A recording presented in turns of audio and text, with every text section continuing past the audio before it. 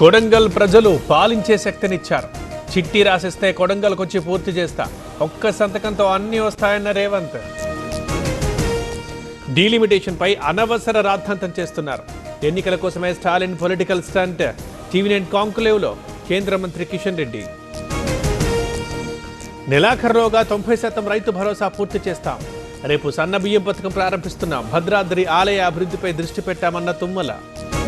ఎన్టీఆర్ యుగ పురుషుడు, పార్టీ జెండాకు ప్రత్యేక విశిష్టత, కార్యకర్తలే తమ బలమన్న సీఎం. రెడ్ బుక్ పేరు వింటేనే గుండెలు అదురుతున్నాయి. బాత్రూంలో పడి చెయ్యి విరగొట్టుకుంటున్నారు. అర్థమైందా రాజా అన్న లోకేష్. ఎన్టీఆర్తోనే అసలైన టీడీపీ చచ్చిపోయింది. టీడీపీ జెండా సింగిల్గా ఎగరదు. మాజీ మంత్రి అంబటి విమర్శలు. పాప వినాశనం జలాల్ని అపవిత్రం చేశారు.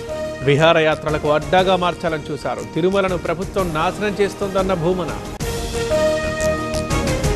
ఒకే దేశం ఒకే ఎన్నికపై అర్థవంతంగా చర్చించాలి. పార్లమెంట్, అసెంబ్లీ ఎన్నికలు ఒకేసారి జరగాలి. మాజీ ఉపరాష్ట్రపతి వెంకయ్య నాయుడు కామెంట్.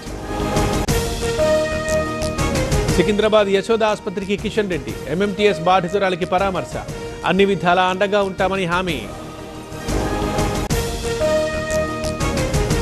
అధిష్టానం మెప్పు కోసమే తూపుదుర్తి over action.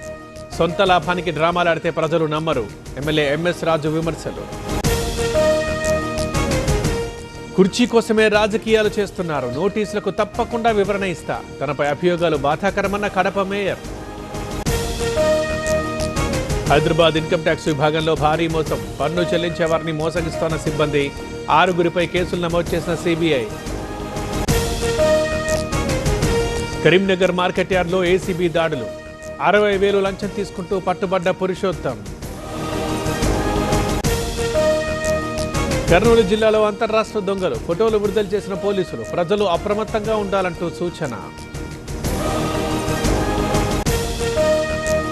Vallabhaneni Vamsi custody పూర్తి. గన్నవరం కోర్టులో హాజరుపరిచిన పోలీసులు. అనంతరం విజయవాడ సబ్ జైలుకు తరలింపు.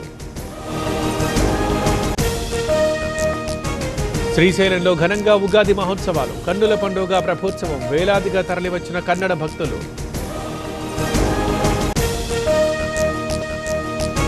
అడుగంటుతోన్న శ్రీశైలం జలాశయం. 42 టీఎంసీలకు పడిపోయిన నీటి నిల్వ. భవిష్యత్తులో తప్పని నీటి కష్టాలు.